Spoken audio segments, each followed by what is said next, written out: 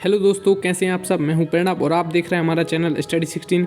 हम लोग देख रहे हैं फटाफट उत्तराखंड एपीयू का जो आज पेपर हुआ है जीके का, तो उसके क्वेश्चन देखेंगे और उसका आंसर देखेंगे। तो ये क्वेश्चन मेरे पर्सनल पॉइंट ऑफ व्यू में है, बाकी राइट आंसर आप मानिए जब फाइनल आंसर की आए। पहला क्वेश्चन है, निम्नलिखित स्थानों में से कौन सर्वाधिक ऊंचाई पर स्थित है। इस क्वेश्चन में थोड़ा डाउट है, बाकी ये आंसर की में आप देखिए, लेकिन मेरा राइट आंसर है नंदप्रयाग। सेकंड क्वेश्चन है, निम्नलिखित में से कौन सी दो नदियाँ आपस में नहीं मिलती हैं। तो इसका राइट आंसर है कोसी और गगास, ये दो नहीं मिलती हैं। यमुना और टॉस मिलती हैं, गंगा और यहाँ पर नयार है मिलती हैं, काली और सरयू भी मिलती हैं। थर्ड क्वेश्चन है, निम्नलिखित में से कौन सी नदी किसी हिमनद से नहीं निकलती है। तो इसमें भागीरथी तो निकलती है और गौरी भी निकलती है। इसमें रामगंगा पूर्वी और रामगंगा पश्चिमी में डाउट है, तो इसमें पश्चिमी रामगंगा इसका राइट आंसर है। नेक्स्ट है, उत्तराखंड के निम्नलिखित साहित्यकारों में से किसे ज्ञानपीठ पुरस्कार से सम्मानित किया गया। तो सुमित्रा नंदन पंत यानी 4 का बी राइट आंसर है। नेक्स्ट है, भारतीय वन्यजीव संस्थान स्थित है। तो ये काफ़ी इजी क्वेश्चन था, इसका राइट आंसर था देहरादून यानी ऑप्शन नंबर सी राइट है। छाछरी क्या है, तो यह एक नृत्य शैली है, लोक नृत्य है। उत्तराखंड में ब्रिटिश प्रशासन द्वारा निर्मित सबसे पुरानी नहर कौन सी है। तो इसमें पूर्वी गंगा नहर और ऊपरी गंगा नहर में काफ़ी डाउट है, फाइनल आंसर की आने के बाद आप राइट करिए। तो इसके अलावा उत्तराखंड में सिंचित भूमि को क्या कहा जाता है, यह भी नहीं पता। इसके अलावा निम्नलिखित में से कौन सा युग्म सुमेलित नहीं है। तो डोडी ताल उत्तरकाशी और रूपकुंड चमोली, श्यामला ताल नैनीताल और तड़ाक ताल अल्मोड़ा। तो इसमें जो श्यामला ताल है वो नैनीताल में नहीं है, बाकी डोडी ताल उत्तरकाशी राइट आंसर है। मतलब राइट आंसर तो यह है कि श्यामला ताल नैनीताल, मतलब हमें इसमें गलत चुनना था। तो डोडी ताल उत्तरकाशी में है, रूपकुंड चमोली सही है, तड़ाक ताल अल्मोड़ा ये भी सही है। अब देखते हैं नेक्स्ट क्वेश्चन। नेक्स्ट है, 2021 में किस देश ने आईसीसी बेस्ट टेस्ट चैंपियनशिप जीती। तो किसने जीती थी, न्यूजीलैंड ने फाइनल में भारत को हरा दिया था। नेक्स्ट है, किस टेनिस खिलाड़ी ने किसी एक विशेष ग्रैंड स्लैम प्रतियोगिता 11 बार जीती। तो देखो टोटल ग्रैंड स्लैम पूछते कि 20 किसने जीते, तो ये सबको पता है। ये क्वेश्चन टफ है और काफ़ी कम स्टूडेंट्स इसको सॉल्व कर पाए होंगे, बाकी इसका आंसर मुझे नहीं पता। इस नेक्स्ट है, उस प्रथम भारतीय महिला हॉकी खिलाड़ी का नाम बताइए जिसने ओलंपिक में हैट्रिक बनाई। तो ये काफ़ी न्यूज़ में था, क्वेश्चन करंट अफेयर्स का है। वंदना कटारिया ने बनाई थी।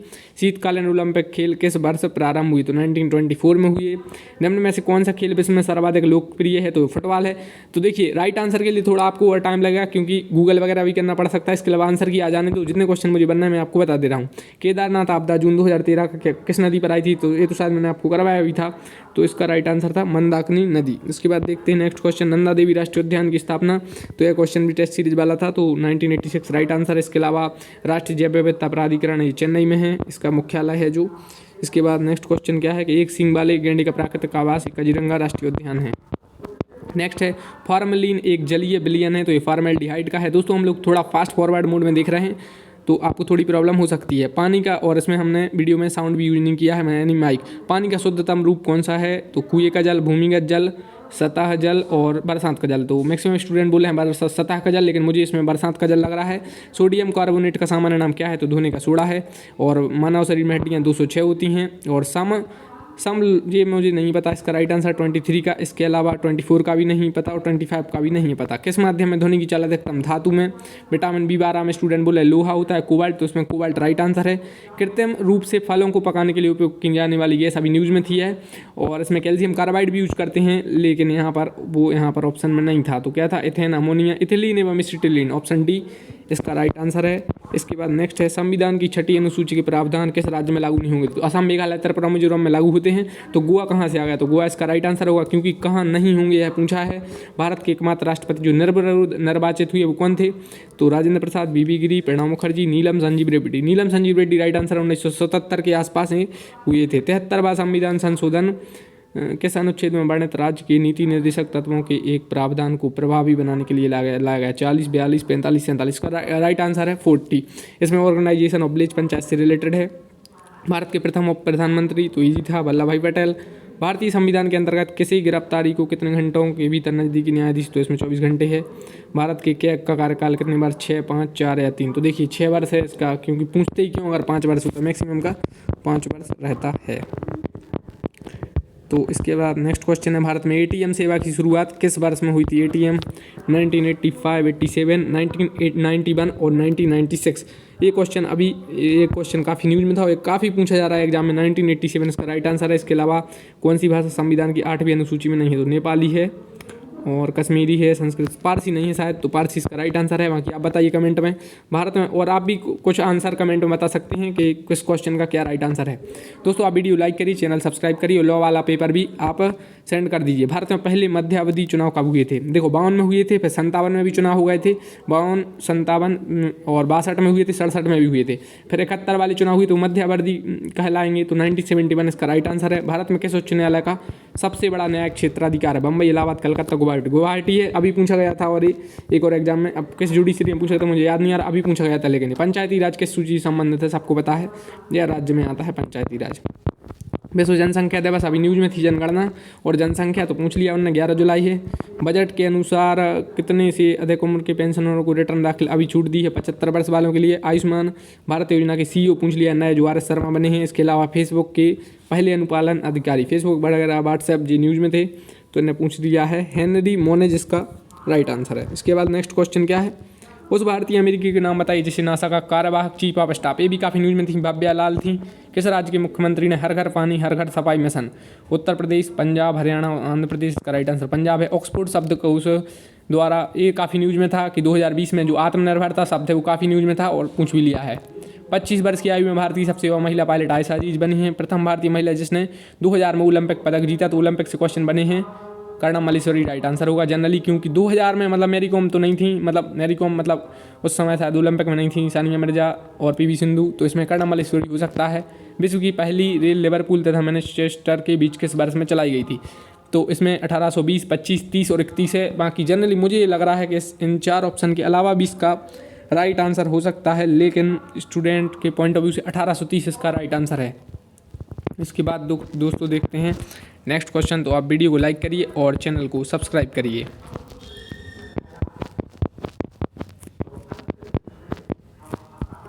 निम्नलिखित में से किसे 25वें महालेखा नियंत्रक के रूप में नियुक्त किया? दीपक दास, सोमा राय बर्मन, गिरीश चंद्र मुर्मू या सुशील चंद्रा? सुशील चंद्रा तो मतलब इलेक्शन कमीशन से रिलेटेड हैं, और गिरीश चंद्र मुर्मू वो हैं, तो इसमें दीपक दास इसका राइट आंसर है। केंद्रीय बजट के अनुसार रेलवे के लिए 1,10,55 करोड़ है इसका राइट आंसर, क्योंकि ये काफ़ी कम राशि है, 33,000 करोड़ वगैरह, तो इसलिए 1,10,55 करोड़ इसका राइट आंसर है। ये काफ़ी ज़्यादा राशि हो जाती है। बाकी 33,000, 69,000, 87,000 ये आप अंदाजे से आप ये सॉल्व कर सकते थे। बजट वगैरह आप जानते होंगे अगर थोड़ा बहुत तो।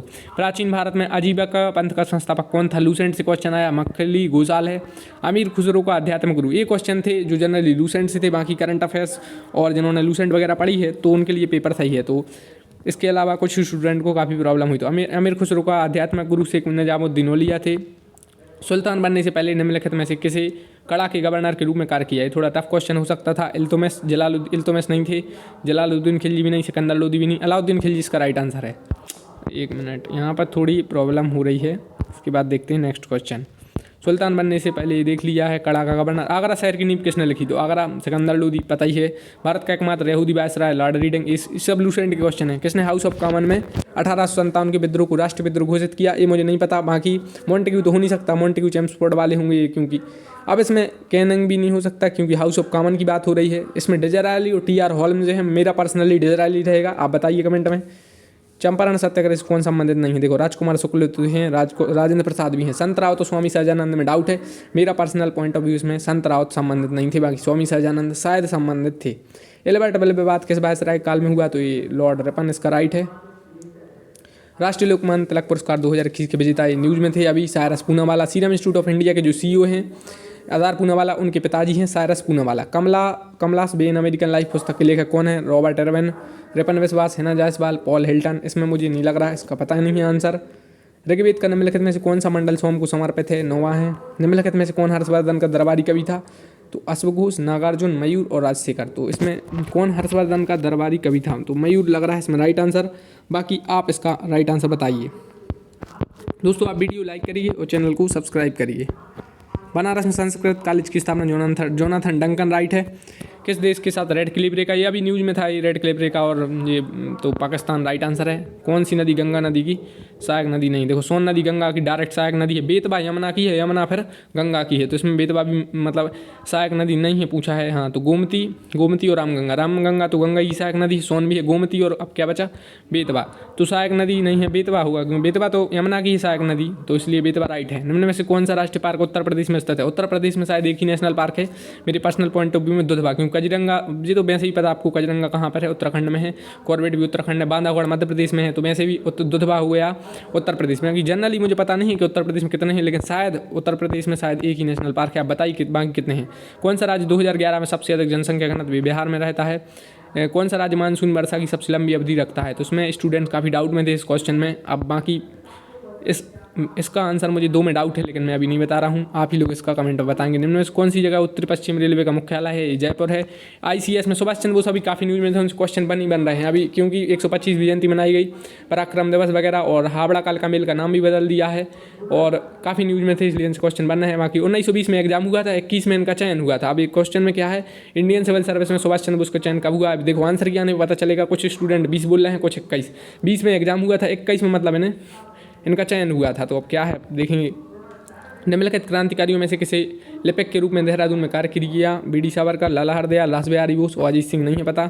आंध्र बोझ के रूप में किसे जाना जाता है? लूसेंट टाइप में क्वेश्चन आपको मिल जाएंगे। कृष्णदेव राय राइट है। निम्नलिखित में से किसी काकोरी षड्यंत्र कांड में आजीवन कारावास हुआ? देखो रोशनलाल, राजेंद्र लाहिड़ी, बारेंद्र घोष, सचिन नाथ सान्याल इसका शायद राइट आंसर। एक बार और मैं रिकॉल कर लेता हूँ। देखो रोशनलाल, राजेंद्र लाहिड़ी और बारेंद्र घोष, शायद इन्हें राजेंद्र लाहिड़ी और इन्हें तो शायद फांसी हुई थी। बाकी बारेंद्र घोष शायद इससे काकोरी कांड से नहीं रिलेटेड थे, शायद ये शायद उससे थे, एक अनुशीलन समिति भी थी। तो इसका मुझे राइट आंसर इसमें लग रहा है सचिंद्र नाथ सान्याल।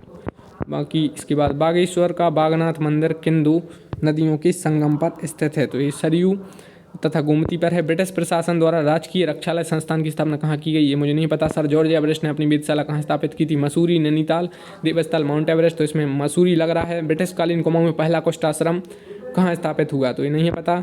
इसके अलावा यहाँ पर ओली में शीतकालीन खेल से रिलेटेड है। पंचेश्वर मत्स्य किट से रिलेटेड है। पिंडारी हमने ट्रैकिंग। हर्षल इसमें लग रहा है राइट आंसर, क्योंकि कौन सा सुमेलित नहीं है पूछा है, तो हर्षल जल कीड़ा 4th इसका राइट आंसर है। उत्तराखंड में प्रचलित आभूषण धागुला शरीर के संग में, ये हाथ में जनरली तो इसमें कलाई लग रहा है मुझे राइट आंसर। गर्दन पैर नहीं है पक्का पता, कमर और कलाई, तो कलाई इसका राइट आंसर है। निम्नलिखित में कौन सा गुरुद्वारा उत्तराखंड में स्थित नहीं है? देखो रीटा साहिब, नानक मत्ता, हेमकुंड साहिब है। पोंटा साहिब इसमें राइट आंसर है। पोंटा साहिब शायद हिमाचल प्रदेश में है। निम्नलिखित में कौन सी फसलें खरीफ में नहीं उगाई जाती?